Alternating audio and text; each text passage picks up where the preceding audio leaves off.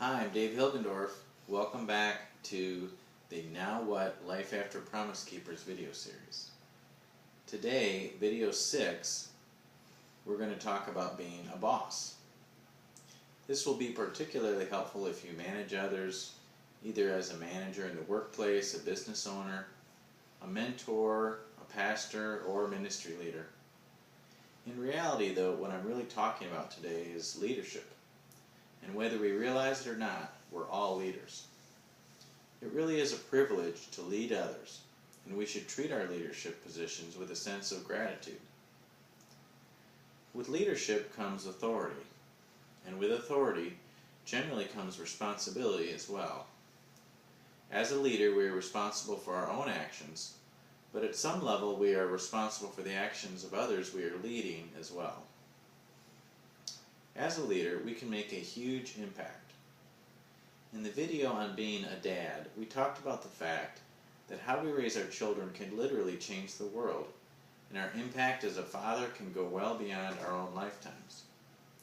In a similar way, how you lead others can make a big impact on their lives and the lives of their family and friends, as well as on future generations. Most importantly, how you lead can make a big impact on the kingdom of God. As I mentioned in the beginning of this video, even if you don't have a business card that says manager or a nameplate on your desk that says pastor, you are a leader.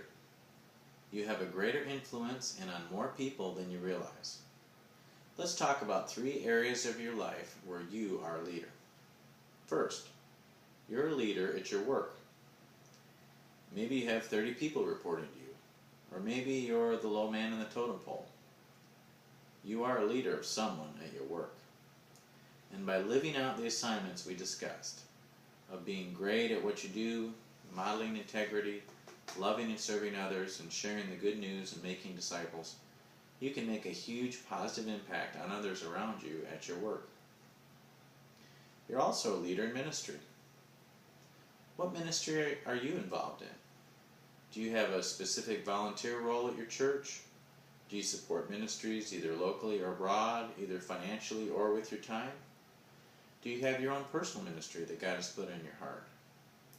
If you said yes to any of the above, I know that already that you know what a blessing ministry can be. But you also know it can be challenging and frustrating. One simple way to lead is to demonstrate to others how to handle challenges when they come up. Now let's talk a little bit about your home life.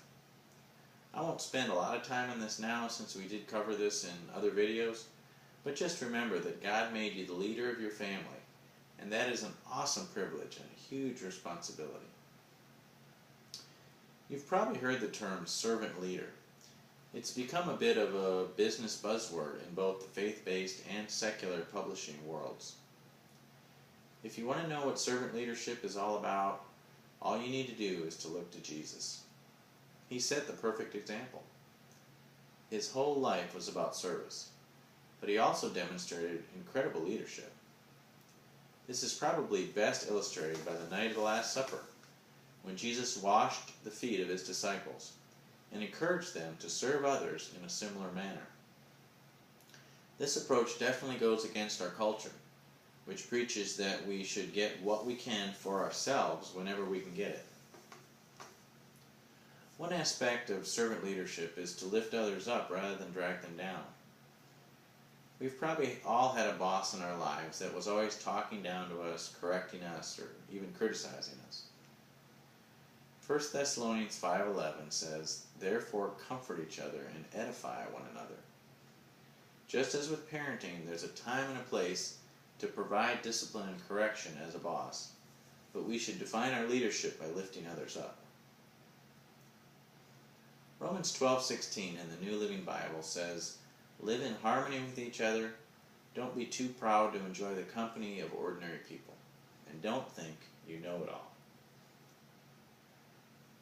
My final thought on being a boss or leadership is to remember that as we are placed in higher levels of authority, not to forget those that are what Jesus called the least of these. Everyone is valuable in God's sight, and they should be to us as well as leaders. My short-term action step for this video is to find the person at your work who is the lowest possible ranking where you work and talk to them this week. Maybe it's the custodian, I don't know. But seek them out. Find out their name and talk to them. Find out what's going on in their life. For a long-term action over this next month, make a list of all the people in your lives to whom you are a leader. Then for each person, write down at least one verse from the Bible that you could use to improve how you are leading them. That's it for this video. Thanks, and we'll see you next time.